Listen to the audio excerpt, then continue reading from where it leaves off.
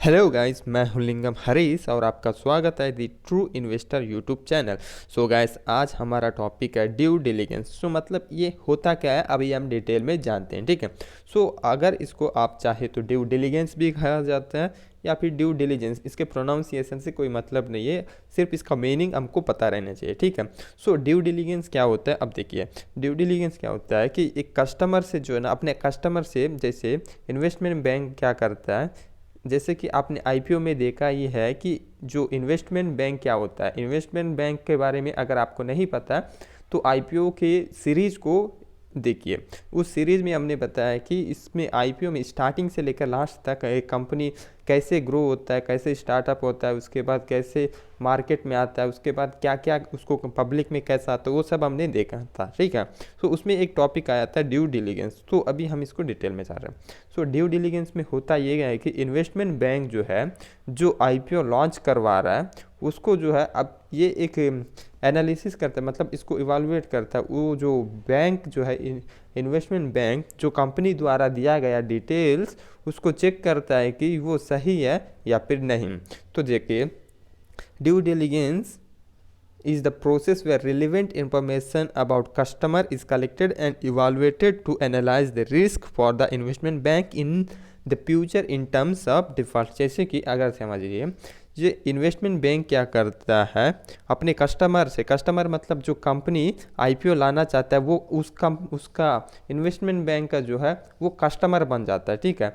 क्योंकि ये कस्टमर बन गया इन्वेस्टमेंट बैंक का, ठीक है। तो इसके बारे में अब डिटेल्स निकालना चाहता है, उसका रिलेवेंट डाटा को जो है इंफॉर्मेशन ले लेता है, कलेक्ट कर लेता है। देन उसके बाद इवालुएट करता है कि फ्यूचर में क्या उससे कोई रिस्क है कि इससे ये कंपनी कुछ से डिफ़ॉल्ट कर सकता है, या इससे कोई मेरे को रिस्क है, या फिर वो पहले ये एनाल जो है इवालुएट करता है, मतलब चेक करता है कि इससे मेरे को, इसको आईपीओ मैं लॉन्च कराऊंगा तो इससे मेरे को कोई रिस्क है क्या करके वो इन्वेस्टमेंट बैंक जो है इसके ऊपर चेक करता है।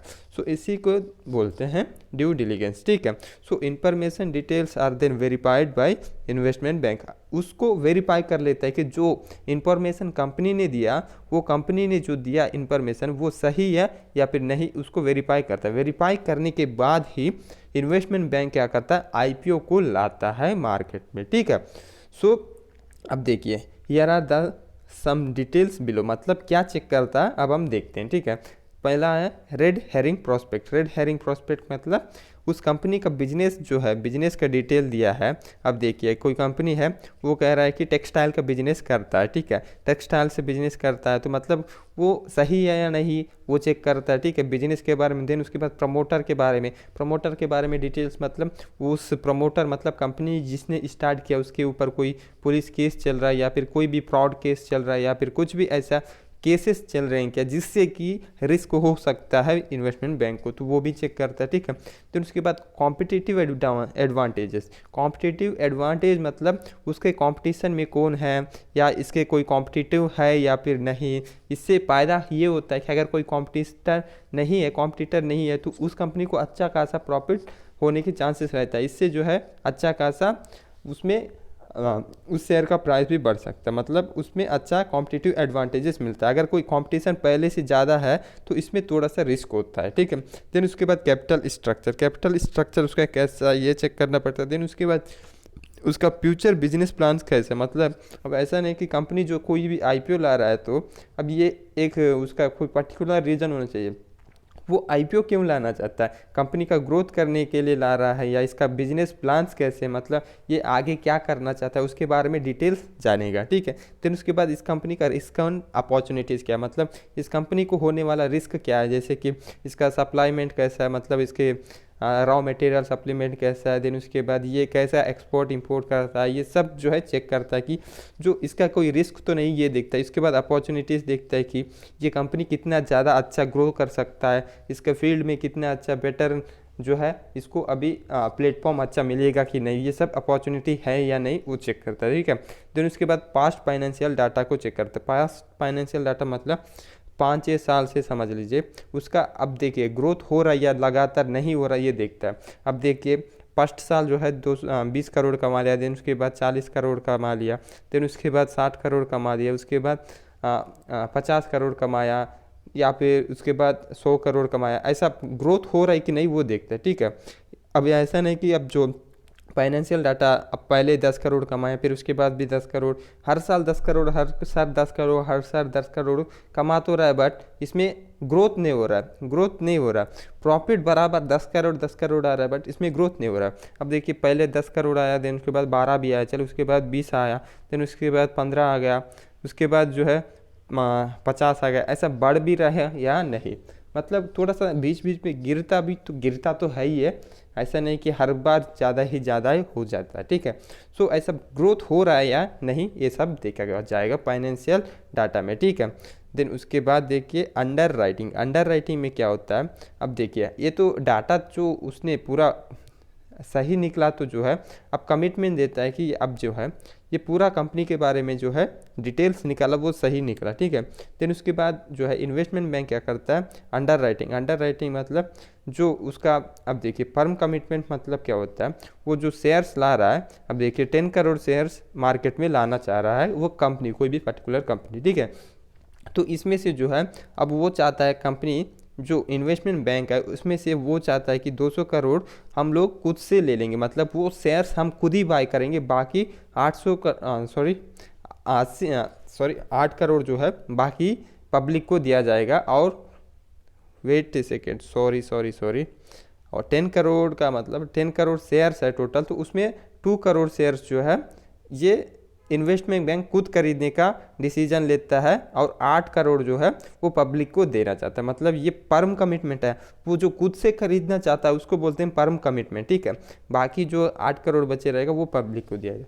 मतलब वो खुद से वादा कर रहा है उस कंपनी के साथ कि अगर ये कंपनी के शेयर्स बिके या ना बिके, 2 करोड़ के शेयर, जो 2 करोड़ शेयर्स है हम खुद ही ले लेंगे, ठीक है। देन उसके बाद बेस्ट एफर्ट्स कमिटमेंट, यानी कि अगर कंपनी देखिए कंपनी है, ठीक है, वो 10 करोड़ शेयर्स ला रहा है, ठीक है।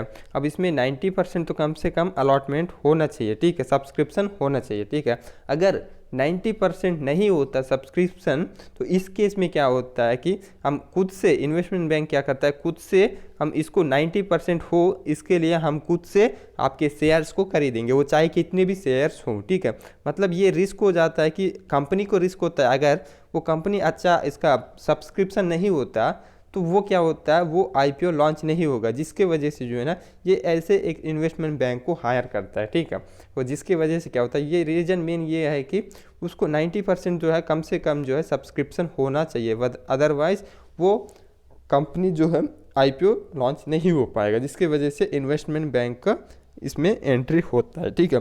देन उसके बाद syndicate under writing, syndicate under writing मतलब क्या होता है, अब एक ही जो है कंपनी, कोई भी कंपनी है वो बहुत ज़्यादा पैसा रेज करना चाहता है मार्केट से, ठीक है। अब समझ लीजिए 1 लाख करोड़ या फिर 10 लाख करोड़ जो है शेयर्स बेच के उसका जो है आईपीओ लाना चाहता है, तो ये बहुत बड़ा अमाउंट होने की वजह से क्या होता है, ये एक इन्वेस्टमेंट बैंक से जो है हैंडल नहीं हो सकता।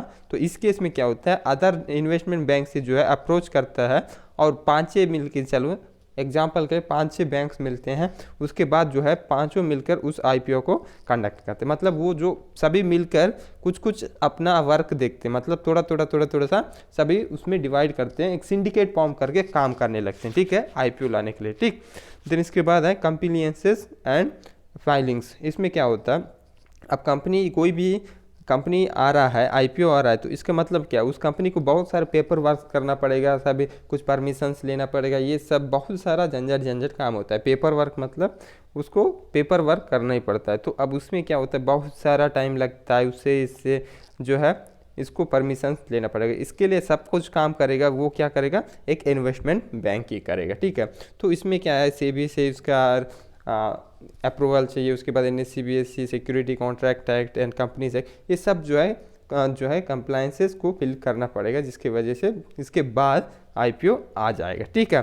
सो ये था ड्यू डिलिजेंस। तो आपने समझ गया कि ये कंपनी क्या करता है, ड्यू डिलिजेंस मतलब जो भी कंपनी, इन्वेस्टमेंट बैंक जो है अगर आईपीओ लाना चाहता है तो उस कंपनी के बारे में डिटेल्स कलेक्ट करेगा, डिटेल्स कलेक्ट करने के बाद उसका अपॉर्चुनिटी रिस्क क्या है वो देखेगा, देन उसके बाद इससे कोई रिस्क है क्या, ये इन्वेस्टमेंट बैंक को ये देखेगा। देन उसके बाद अगर सब कुछ सही है तो वो ये चाहे तो कंपनी को अपना शेयर्स का परम कमिटमेंट दे सकता है, या फिर अच्छा उसको फिल करने के तो मतलब उसका सब्सक्रिप्शन 90% का वादा कर देता है, 90% सब्सक्रिप्शन होने का वादा कर देता है।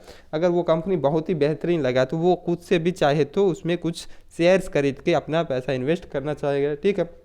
देन उसके बाद ये जो है आईपीओ लाने से पहले जो भी पेपर वर्क रहता है वो सब काम जो है इन्वेस्टमेंट बैंक कर लेता है, जिससे कि इस कंपनी को कोई काम करना उसमें ज़्यादा नहीं पड़ता, जिससे इसको कुछ जो है पैसा मिल जाता है जो कि कमीशन बन जाता है। 5% जो है आईपीओ में मिल जाता है। आईपीओ की केस अगर आईपीओ ला रहा है किसी कंपनी का तो 5% के हिसाब से उसको कमीशन मिल जाएगा, ठीक है। मतलब जितना शेयर्स ला रहे हैं, मतलब 5 करोड़ शेयर ला रहे हैं, ठीक है, 5 करोड़ शेयर का मतलब 5 रुपया के हिसाब से, ठीक है। तो 5 करोड़ शेयर इंटू 25 करोड़ लाना चाहता है तो इसका 5% कितना होगा, इस हिसाब से वो पैसा उनको कमीशन में मिल जाएगा, ठीक है। अगर मर्जर्स और एक्विजिशन में उस केस में जो है 2.5% रिटर्न्स मतलब अर्निंग हो जाता है, कमीशन मिल जाता है, ठीक है। सो यही था आज के लिए, बस इतना कुछ ज़्यादा डिफ़िकल्ट नहीं है ये। सो बी केयरफुल, बी सेफ, पैसा बनाते रहो मार्केट से। और सबसे पहली बात सब्सक्राइब कर दिए चैनल को और बेल आइकन को प्रेस करना ना भूलें, और लाइक कर दीजिए वीडियो को। अगर आपको ये पहले से पता नहीं तो कमेंट करके बता दीजिए कि ये वीडियो इंफॉर्मेशन आपको सही लगा या फिर नहीं। So be careful, safe, bye bye.